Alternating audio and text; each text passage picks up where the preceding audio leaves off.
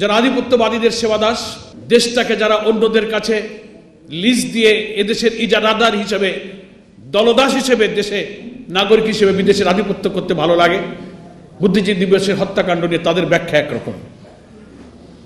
আর যারা প্রকৃত দেশপ্রেমিক, ভূ রাজনীতির বিশ্লেষণ,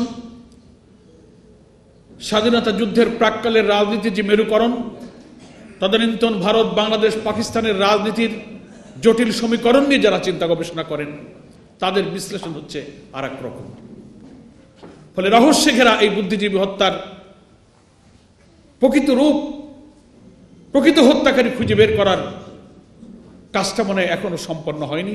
এই জাতিকে, বিশ্লেষকদেরকে, গবেষকদেরকে, চিন্তাশীলদেরকে, মুক্তিযোদ্ধা যারা দেশের জন্য যুদ্ধ করেছিলেন, আধিপত্যবাদীদের হাত থেকে এই দেশকে যারা অখণ্ড স্বাধীন জাতীয় সত্তায় পরিণত করতে এখনো জান প্রাণ দিয়ে লড়াই করে যাচ্ছেন, তাদের বিবেচনার জন্য আমি এই বিশ্লেষণটা বিবেচনার জন্য রাখছি। তারা বিবেচনা করবেন এবং প্রকৃত হত্যাকারী কারা হতে পারে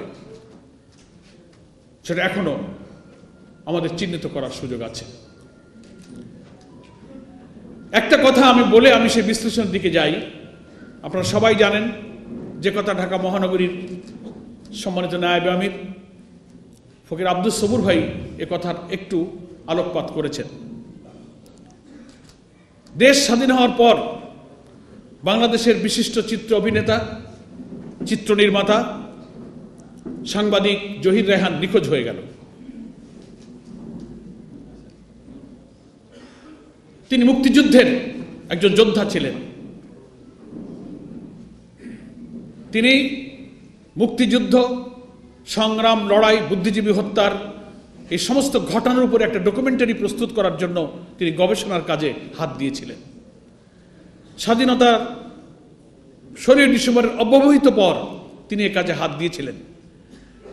দেশের গ্রামে গঞ্জে, নগরে, বন্দরে তন্ন তন্ন করে খুঁজে বিভিন্ন হত্যাকাণ্ডের কারণ, তার তথ্য, তার উপাত্ত, তার প্রমাণ, তার ছবি এগুলো সংগ্রহ করে একটা ডকুমেন্টারি তিনি তৈরি করার জন্য মাঠে নেমেছিলেন। জাতি ভেবেছিল যে জহির রায়হানের ডকুমেন্টারি তৈরি হলে অজানা এই সব ইতিহাস এবং সত্য বেরিয়ে আসবে। অজ্ঞাত কারণে জানুয়ারি মাসের শেষের দিকে এসে জানা গেল জহির রায়হান নিখোঁজ, তাকে আর পাওয়া যাচ্ছে না। আজও বাংলাদেশের সুচিন্তিত রাজনীতি যারা করেন, রাজনীতির উপরে, মুক্তিযুদ্ধের উপরে, বুদ্ধিজীবী হত্যার উপরে যারা গবেষক, যারা বোদ্ধা রাজনীতিবিদ, তাদের কাছে এই রহস্যটি আজও অনাবিষ্কৃত। সেই জহির রায়হানের লাশ পাওয়া যায়নি, তার পরিবারও কেঁদে কেঁদে ফিরেছে। অনেকেই মনে করেন জীবিত জহির রায়হানকে যদি পাওয়া যেত, এই চিত্র নির্মাতা জহির রায়হান সারা দেশে, গ্রামে, নগরে রাজনীতির সমীকরণের ভাজে ভাজে যেসব তথ্য খোঁজার জন্য তিনি অনুসন্ধানী একটা ইনফরমেটিভ রিপোর্টিং করার জন্য চেষ্টা করেছিলেন, ডকুমেন্টারি সহ তাকে যদি জীবিত পাওয়া যেত, তাহলে বুদ্ধিজীবী হত্যার আসল ইতিহাস এই জাতি জানতে পারত। কিন্তু তাকে, এই জাতির দুর্ভাগ্য, তার লাশ, তার সন্ধান, তার সেই ডকুমেন্টারি কোথায়, আজও এই জাতি জানতে পারেনি।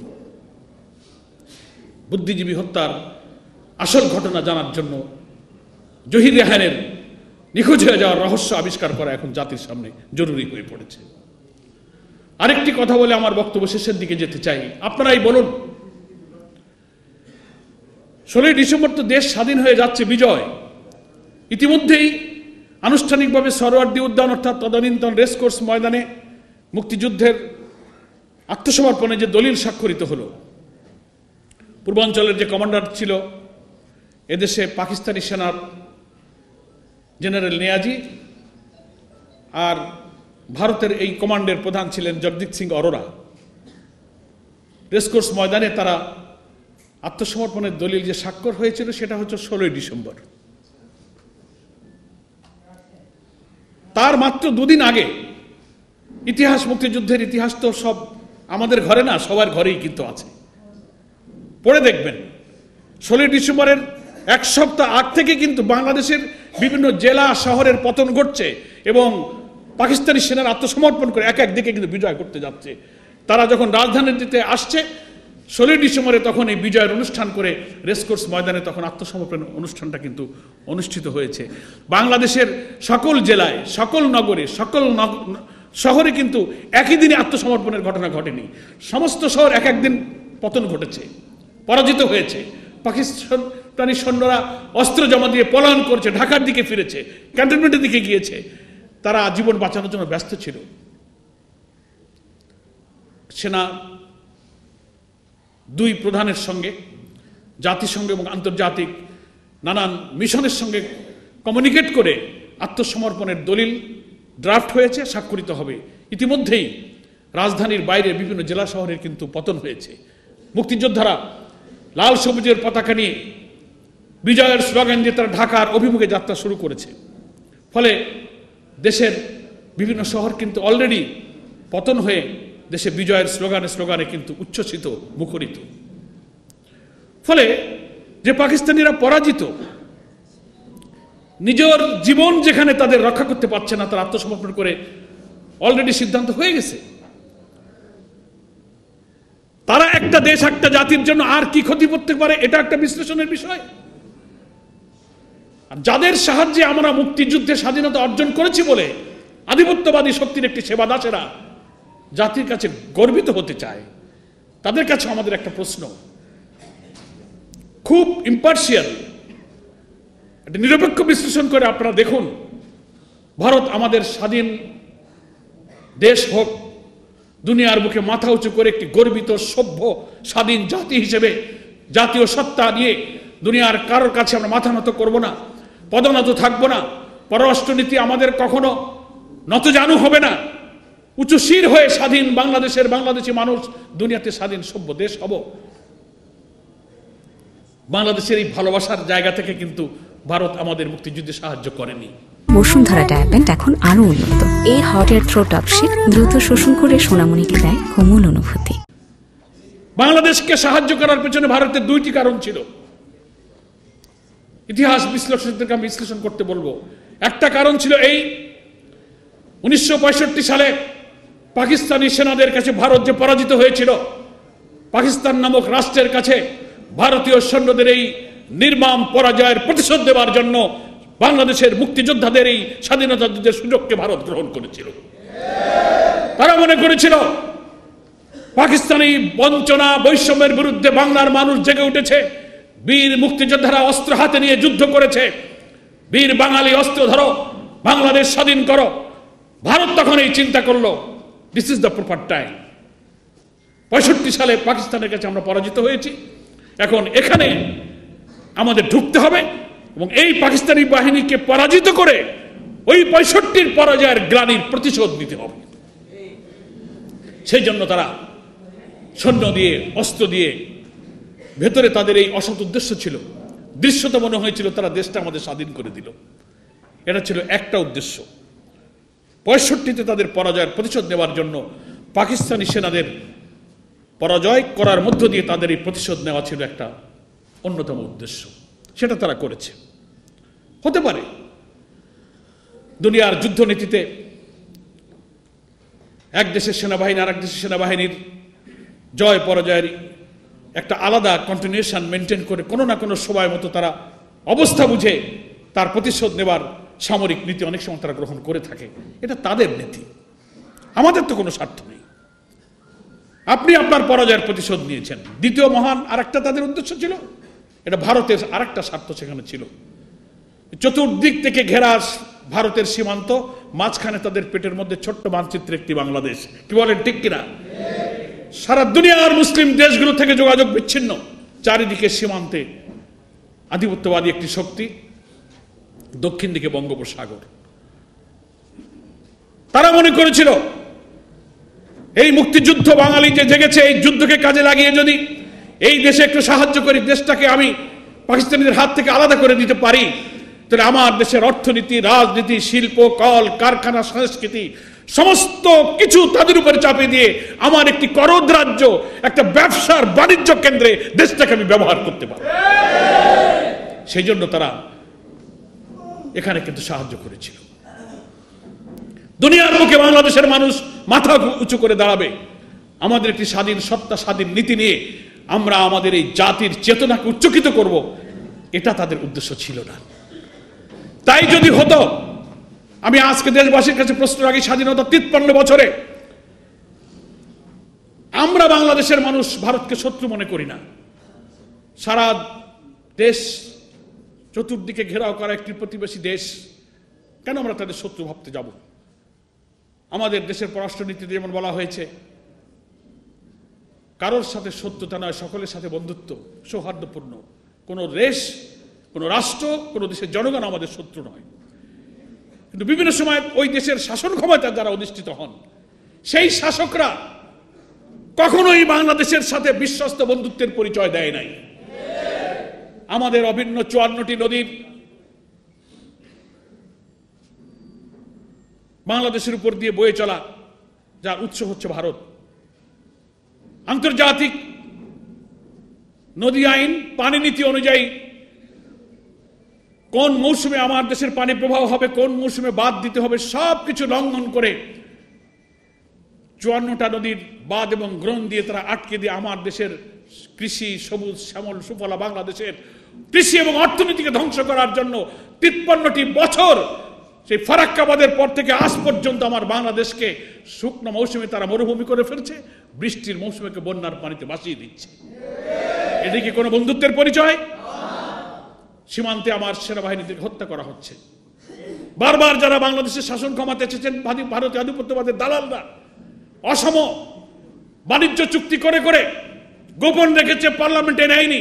এইসব চুক্তির মধ্য দিয়ে আমাদের শিল্প, অর্থনীতি, বাণিজ্যকে তারা সেই দেশের কাছে বিকিয়ে দিয়েছে। বাংলাদেশের মেগা প্রজেক্টের নামে হাজার হাজার কোটি টাকার প্রজেক্ট ঢুকিয়ে দিয়ে ভারতের ইঞ্জিনিয়ার, ভারতের প্রকৌশলী তাদের শ্রমিক কাজ করবে, তাদের কারিগরি সুবিধা নিয়ে কাজ করবে, যার মূল লাভ হবে ভারতের, কাজটা করাবে বাংলাদেশে। বাংলাদেশের কানেক্টিভিটি, বাংলাদেশের ইকোনমি, বাংলাদেশ সামাজিক অবকাঠামোর স্বার্থের চেয়ে তাদের অর্থনৈতিক স্বার্থটা যেসব প্রকল্পের মধ্যে বেশি বড়, বেশি মুখ্য, সেই সব মেগা প্রকল্প বাংলাদেশে ঢুকিয়ে দেওয়া হয়েছে। আরো অনেক বাংলাদেশের স্বার্থবিরোধী চুক্তি, পদক্ষেপ, ব্যবসা বাণিজ্য এই 53 বছরে করা হয়েছে। আর রাজনীতির কথা আর কি বলবো? তাদের পছন্দ করা শাসক না হলে বাংলাদেশ চলবে না, এটা হচ্ছে তাদের নীতি। যারা তাদের সমস্ত চাওয়া পাওয়া স্বপ্ন পূরণ করতে পারবে, তারা এই দেশ শাসন করবে। আমাদের মুসলিম জাতিসত্তা, আমাদের মূল্যবোধ, চরিত্র, নৈতিকতা শিক্ষার জন্য আমাদের এই আজন্ম স্বাধীন বাংলাদেশ লালিত, আমরা যারা আল্লাহ তাআলার গোলাম হয়ে আল্লাহর দ্বীনের ভিত্তিতে জীবন গড়তে চাই, সেই স্বপ্ন, সেই প্রচেষ্টা, সেই উদ্দেশ্য তছনছ করে দিতে পারে যে শাসকরা, তাদেরকে তারা এখানে ক্ষমতায় রাখবে। তাদের দেশের পররাষ্ট্রমন্ত্রী, সচিবরা আসবে, সারা দেশের সমস্ত রাজনৈতিক ইলেকশন বয়কট করবে, অথচ একটা দেশের পররাষ্ট্রমন্ত্রী, সচিবরা এসে বিরোধী দলকে ঘটকালি করে বলবে তোমরা ইলেকশনে আসো। এটা কি কোনো বিশ্বস্ত বন্ধুর কাজ? আমার দেশের রাজনীতি, আমার দেশের পররাষ্ট্রনীতি, আমার দেশের ইলেকশন, আমার দেশের ভোটাধিকার এদেশের মানুষ নির্ধারণ করবে। 14, 18, 24 তিনটা ভোট আমরা দিতে পারিনি। 3টা ভোট এই জনগণ বর্জন করেছে। আর ওই আধিপত্যবাদী শক্তি এদেশে তাদের কিছু সেবাদাস, দলদাসদেরকে প্রলুব্ধ করে তাদের মনোনীত সরকারকে তারা টিকিয়ে রেখেছে। ফলে আমি কথাটা কেন বলছি? স্বাধীনতা যুদ্ধের 53 বছর পরেও ভারত কখনো আমাদের বিশ্বস্ত বন্ধুর পরিচয় দিতে পারেনি। আমরা ভারতের শত্রু নই, বরং ভারতে বছরে বছরে যারা শাসন ক্ষমতা এসেছেন তারাই আমাদের শত্রুতা করেছে, তারাই আমাদের ক্ষতি চেয়েছে। আমরা কখনো তাদের ক্ষতি চাই। একটা প্রমাণ দেখান। আমি মিডিয়ার মাধ্যমে দুনিয়ার কাছে বলতে চাই যে বাংলাদেশ এমন কোন পদক্ষেপ নিয়েছে যাতে ভারতের ব্যবসা, বাণিজ্য, অর্থনীতি, কৃষি, ধর্ম, সংস্কৃতির কোনো ক্ষতি আমরা করেছি? আমরা করিনি। কিন্তু আমরা 100টি প্রমাণ দেখাতে পারবো যে ভারতের শাসক দলেরা আমার দেশের অর্থনীতি, শিল্প, ব্যবসা, কৃষি, ধর্মীয় মূল্যবোধকে তারা ধ্বংস করেছে। বলে আমরা রাষ্ট্র হিসেবে ভারতকে শত্রু মনে করি না, জনগণ আমাদের শত্রু নয়। ভারতে যারা শাসক এসেছেন, চরম সাম্প্রদায়িক একটি গোষ্ঠী ক্ষমতায় এসে বাংলাদেশে সংখ্যাগরিষ্ঠ মানুষের আদর্শ মূল্যবোধকে তারা ধ্বংস করতে চেয়েছে। আমার বিশ্লেষণটা হচ্ছে এই যে এই দেশ যদি পদোন্নত থাকে, এটি করদ রাজ্যে পরিণত হয়, ভারতের একটা বাজারে পরিণত হয়, তাহলেই তো ভারতের লাভ বেশি। ফলে জাতির শ্রেষ্ঠ সন্তানরা যদি বেঁচে থাকে, তাদের গবেষণা, তাদের চিন্তা, তাদের আবিষ্কার, তাদের মেধা, তাদের স্ট্যামিনা, তাদের এনার্জি, বিজ্ঞান প্রযুক্তির এই চরম উৎকর্ষতার যুগে এই জাতির সেরা সন্তানকে দুনিয়ার বুকে মাথা উঁচু করে দাঁড়ানো একটি জাতিতে যারা পরিণত করতে পারে, তাদেরকে শেষ করে দেওয়ার চক্রান্ত তো তাদেরই হতে পারে, আর কারো হতে পারে না। যে জাতি পরাজিত, দেশ শেষ হয়ে গেছে, সব জেলা শহর পতন, শুধু স্বাক্ষর আত্মসমর্পণ দলিল তৈরি করতে বাকি, নিজের জান বাঁচে না, তারা এই জাতির ক্ষতির জন্য আর কি করতে পারে? আপনি এই অ্যানালাইসিসটা করবেন না, বরং এ জাতির শ্রেষ্ঠ সন্তান, বুদ্ধিজীবী, দেশ রাষ্ট্র নির্মাণের এইসব সূর্য সন্তানদের ধ্বংস করতে পারলে জাতিকে চিরদিন যারা পদোন্নতি করে রাখতে পারবে, ডিক্টেট করতে পারবে, তারাই এই জাতির সূর্য সন্তানকে ধ্বংস করেছে। তারা মনে করেছিল এটা এই কাজটা করা দরকার স্বাধীনতার একেবারে নিকটবর্তী সময়, যাতে রাজনীতির অঙ্কে বাঙালিরা গোলায় ফেলে, আজকে যেমন গোলায় ফেলছে আমরা, কারা করলো? তাদের উদ্দেশ্যটা পূরণ হয়েছে না বলেন? আমরাই তো বিভ্রান্তির মধ্যে আছি। তো ওরা কিন্তু বুদ্ধিজীবী হত্যার প্রপার টাইমটা প্রপারলি সিলেক্ট করেছে, যে কোন টাইমে এই কামটা করলে পরে বাঙালি ঘোলা পানিতে আর মাছ ধরতে পারবে না, পানি ঘোলায় দিছে। আমরা এখন চোখে ঝাপসা দেখছি। তাই একটি রাজনীতির পরিচ্ছন্ন বিশ্লেষণের মধ্য দিয়ে আমাদের বুদ্ধিজীবীদের হত্যা করার প্রকৃত চিত্র এবং সত্য বেরিয়ে আসা উচিত। একটা কথা বলে আমার বক্তব্য শেষ করব। বুঝতে আমাদের অনেকের কষ্ট হয় যে না, আমরা দেশটা তো স্বাধীন আছি, আমাদের লাল সবুজের পতাকা আছে, আমাদের সীমানা তো সব ঠিক আছে, তাহলে আমাদের দেশটা বিদেশের করদ রাজ্যে কিভাবে পরিণত হলো? আওয়ামী দলদাস সেবাদাসরা এটা বিশ্বাস করতে চায় না। কিন্তু এক সময় ঔপনিবেশিক আমলে আধিপত্যবাদের একটা সংজ্ঞা ছিল। আগ্রাসী আধিপত্যবাদীদের আগের যুগের ধারণা ছিল কি, এক এক রাজা বাদশারা তার পাশের ভূখণ্ড, পাশের রাজ্য দখল করত, লর্ড বহর অস্ত্র শস্ত্র নিয়ে অভিযান চালিয়ে এক এক রাজ্যের পর রাজ্য ধ্বংস করত, সেই রাজ্য জয় করে তারা রাজা হয়ে যেত। এটা ছিল এক ধরনের আধিপত্যবাদ। কিন্তু এই আধুনিক যুগে রাষ্ট্রবিজ্ঞানের ভাষায় কিন্তু আধিপত্যবাদের এই সংজ্ঞাটা পরিবর্তন হয়ে গেছে। তারা ভূখণ্ড দখল করবে না, সৈন্য সামন্ত নিয়ে রাষ্ট্র দখল করে রাষ্ট্রে এসে রাজা সাজবে না, তারা তাদের রাজধানীতেই বসে থাকবে, আপনার সীমানা ঠিক থাকবে, পতাকা ঠিক থাকবে, জাতীয় সঙ্গীত ঠিক থাকবে, কিন্তু তোমার ব্যবসা বাণিজ্য রাজনীতি আমি দিল্লিতে বসে কন্ট্রোল করে, রিমোট কন্ট্রোল আমার হাতে থাকবে। That is one kind of আধিপত্যবাদ।